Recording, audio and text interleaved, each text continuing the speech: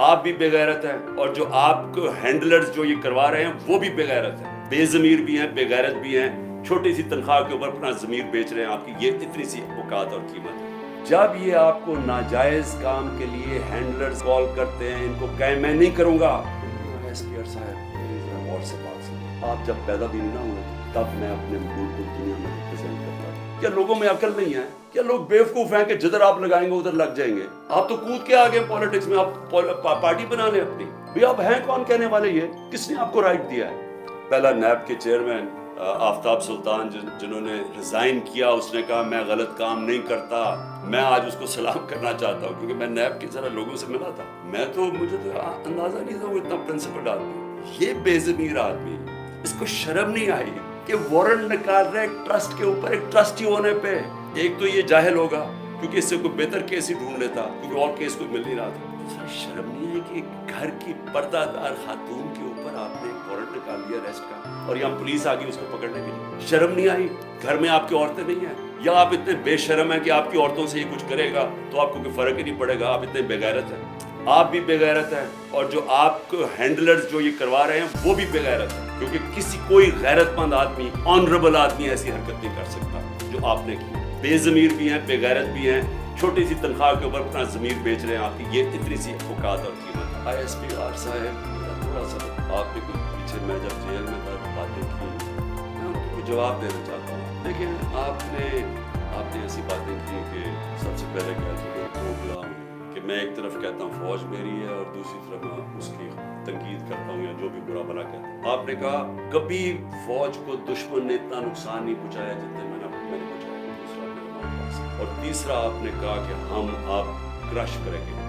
S P R صاحب میری ذرا غور سے بات سنیں، آپ جب پیدا بھی نہیں نہ ہوئے تب میں اپنے ملک کو دنیا میں ریپرزینٹ کرتا تھا، میں نے اپنے ملک کا دنیا کے اندر سر اوپر کیا، عزت دلوائی اپنے ملک کو۔ اٹھا کے دیکھ لیں، آپ بھول گئے ہوں، پیدا نہیں ہوئے ہوں گے، ذرا پتہ چلوا لیں کہ عمران خان نے کیا پاکستان کی دنیا میں عزت اوپر کی یا نیچے کی۔ اور آپ کو یہ پتہ ہونا چاہیے کہ جب وار آن ٹیرر ہوئی اور جو پاکستان کی مٹی پلیت ہوئی دنیا میں کہ ہمارا کیا جی فوج دوگلی ہے، کیونکہ تب مشرف کا مارشل لا تھا، یہ ہمارے سے جھوٹ بولتی ہے، کرتی کچھ ہے کہتی کچھ ہے، ڈالرز ہمارے سے لیتی ہے اور دوگلی گیم کھیلتی ہے، ڈبل گیم۔ دوگلا تب نام استعمال ہوتا تھا، پاکستان کو ورڈ ہی دوگلا استعمال کرتے تھے، ڈبل گیم کا نام کرتے تھے۔ ذرا انٹرنیشنل میڈیا دیکھیں، کس نے اپنی فوج کو سب سے زیادہ جس کی حفاظت کی، کس نے اپنی فوج کے ساتھ انٹرنیشنل میڈیا پہ کھڑا ہوا؟ جب اسامہ بن لادن، جب وہ ایبٹ آباد میں جو وہ حادثہ ہوا، آپ کو پتہ ہے بیرون ملک پاکستانیوں کے اوپر جو گزری، آپ اندازہ نہیں لگا سکتے۔ انہوں نے کہا ہمارے سے پیسے لے رہے ہیں اور اسی کو اپنے اکیڈمی کے پاس ایبٹ آباد میں پالا ہوا۔ جو ہمیں ذلت ملی تب کون بولا آپ کے لیے؟ یا تو کوئی سانپ سونگ گیا تھا، یا تو آرمی چیف کے منہ سے چوں نہیں نکل رہی تھی، یا تو کوئی بولتا ہی نہیں تھا، نہ پرائم منسٹر تھا وہ گیلانی تھا، نہ زرداری۔ 4-5 دن سناٹا چھایا ہوا تھا، وہ آ کے مار کے چلے گئے ہمارے ملک میں، دنیا میں ذلیل ہوئے ہم۔ میں بولا تھا، میں ساری جگہ اپنی فوج کو ڈیفینڈ کیا۔ میرے 3.5 سال میں دیکھیں کہ پاکستان فوج کا امیج اوپر تھا یا نیچے تھا؟ ذرا اٹھا کے دیکھیں، آپ کے سامنے ہے وہ، کیا فوج کا امیج اوپر گیا یا نیچے گیا؟ فوج کو لوگ پسند کرتے تھے۔ جب ایک آرمی چیف نے میری کمر میں تو چاقو مارا، لیکن بدنام ترین مجرموں کو آ کے اوپر بٹھا دیا، تو کیا میری وجہ سے فوج کو برا بھلا کہا گیا یا اس آدمی کی وجہ سے؟ کیا لوگ چونٹیاں ہیں؟ کیا لوگوں میں عقل نہیں ہے؟ کیا لوگ بیوقوف ہیں کہ جدھر آپ لگائیں گے ادھر لگ جائیں گے؟ کیا لوگ 30 سال سے ان لوگوں کو نہیں جانتے تھے؟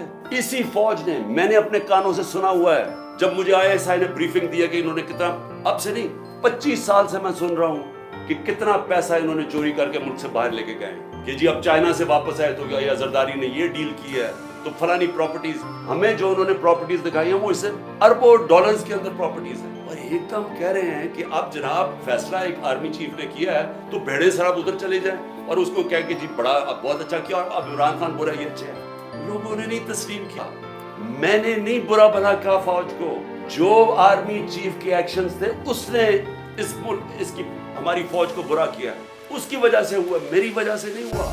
اور یہ کہنا کہ یہ قوم ایکسیپٹ کر جائے ان لوگوں کو، کس نے میمو گیٹ کیا تھا؟ کیا حقانی نے جا کے امریکنوں کو نہیں کہا تھا جو کیس لگا تھا سپریم کورٹ میں کہ مجھے انہوں نے کہا زرداری کہہ رہا ہے کہ مجھے میری فوج سے بچا لو، امریکنوں کو کہہ رہا ہے. کیا جب نواز شریف جا کے چھپ کے ملاقات کر رہے ہیں کہ جی میری فوج کو نہ پتہ چل جائے، اور اسے وہ جو ڈان لیگز میں جب وہ کہتا ہے ڈان لیگز کہ جی دہشت گردی انڈورس کر رہا ہے ہندوستان کو کہ فوج دہشت گردی کر رہی ہے، آپ ان لوگوں کو تو بٹھا دیں اور ہمیں کہیں کہ ہم ان ساروں کو تسلیم کر لیں، اور ہم اگر پروٹیسٹ کریں تو ہمیں جیلوں میں ڈال دیں، ہم پروٹیسٹ کریں ہمارے اوپر FIR کاٹ دیں، ہم کچھ کریں آپ اینٹی اسٹیٹ ہمیں قرار دے دیں، لیکن آپ سب کچھ ٹھیک کر رہے ہیں.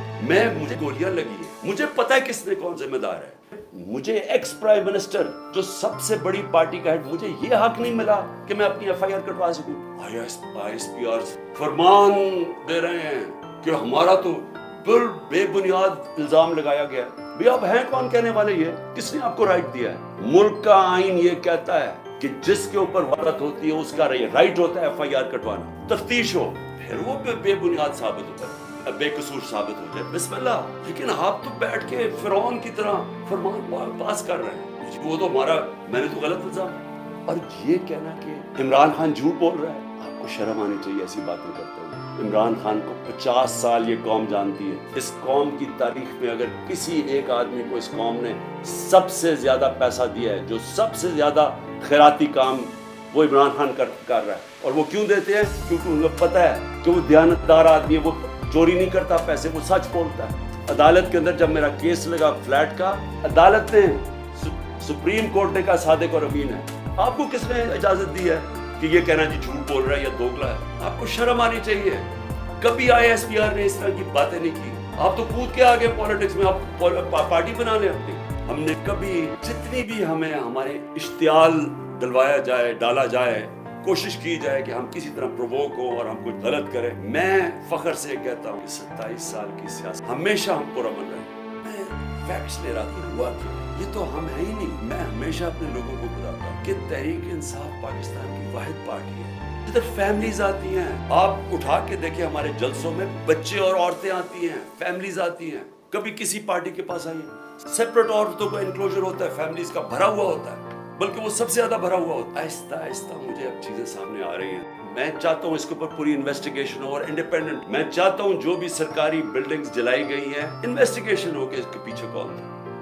میں چاہتا ہوں کہ جو بیچارے نوجوان، نہتے نوجوان، جو ایک حقیقی آزادی کے لیے کہ پرامن احتجاج کرنا جو ہمیشہ ہم نے کیا ہے، ان کو سیدھی گولیاں ماری گئی. اور جو پتہ نہیں کتنے 100 لوگ اس پر پڑے ہوئے ہیں، گولیاں انہیں لگی ہوئی ہیں جو ہسپتالوں میں پڑے. میں اس سب کے اوپر انکوائری چاہتا ہوں، لیکن ان سے نہیں چاہتا. میں چاہتا ہوں کہ چیف جسٹس سپریم کورٹ آپ اپنے نیچے کوئی پینل بنائیں انڈیپینڈنٹ، کیونکہ اس میں بڑی جو مجھے چیزیں پتہ چلی، آپ کو بڑی بڑی چیزیں پتہ چلے گی اس قوم کو کہ کون یہ چاہتا تھا کہ انتشار ہو اور کس نے فائدہ اٹھایا اس کا فائدہ اٹھا کے جو یہ بڑی دیر سے چاہ رہے تھے.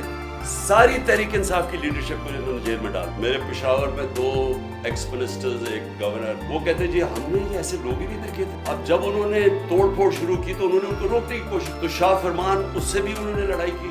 دوسرا ہمارا شوکت یوسف ہے، جب اس نے روکنے کی کوشش کی، جو منسٹر تھا، اس کو انہوں نے کپڑے پھاڑ دیے. کون روک؟ ہر جگہ سے خبریں آئیں. ابھی یہاں سے جب ہماری لوگ جمع ہوئے تھے ادھر لبرٹی چوک میں، انہوں نے کہا عجیب لوگ دیکھ رہے ہیں. ہاں ایک تو جنرل پبلک ہے نا، وہ تو ہماری آتی ہے. یہ عجیب قسم کے لوگ تھے. جب انہوں نے دیکھا وہ ساروں کو اشتعال دے رہے تھے کہ چلو وہ ادھر چلیں تو ادھر فلانے کنٹونمنٹ میں چلیں، یعنی وہ لوگوں کو اشتعال دے رہے تھے. یہ جو گولی چلی ہے، یہ گولی کس نے، یعنی کون ذمہ دار ہے اس کا؟ کیونکہ ہمارے میں تو کسی نے گولی نہیں چلائی. دیکھیں یہ اس کے اوپر انویسٹیگیشن ہونی چاہیے، کیونکہ میں پھر سے کہتا ہوں میں نے کبھی کسی قسم کا انتشار آج تک اپنی پارٹی کو اجازت نہیں، کیونکہ ہم وہ پارٹی ہیں کہ ہم آئین اور قانون کے بیچ میں الیکشن جیت کے آنا چاہتے. پھر سے میں کہتا ہوں تحقیقات کروانی چاہیے کہ کیسے وہاں سے ادھر سے لبرٹی چوک سے سارا راستہ گئے ہیں کور کمانڈر کے گھر، کیوں نہیں کسی نے روکا ان کو؟ اور تھوڑے سے لوگ جب یہ آپ کو ناجائز کام کے لیے ہینڈلرز کال کرتے ہیں، ان کو کہیں میں نہیں کروں گا، اللہ لا الہ الا اللہ، کوئی خدا نہیں ہے اس کے علاوہ، یہ ہینڈلرز خدا نہیں ہے، یہ ڈرا کے دھمکا کے جو آپ سے کام کرتے کہیں میں نہیں کرتا. کس نے آپ کو یہ اجازت دی ہے کہ مجھے کال کر کے کہیں گے جی ایسا فیصلہ کرنا اور ویسا فیصلہ؟ اب کہیں میں نہیں کرتا. لیکن وہ رینجرز کا کیا کام تھا؟ یہ تو پولیس کو آنا چاہیے تھا. فوج کا یہ کام تھا کرنے کے لیے. اور اس کے بعد دروازے توڑ کے لوگوں کو مارا، زخمی کیا انہوں نے، میرے سر پہ مارا انہوں نے.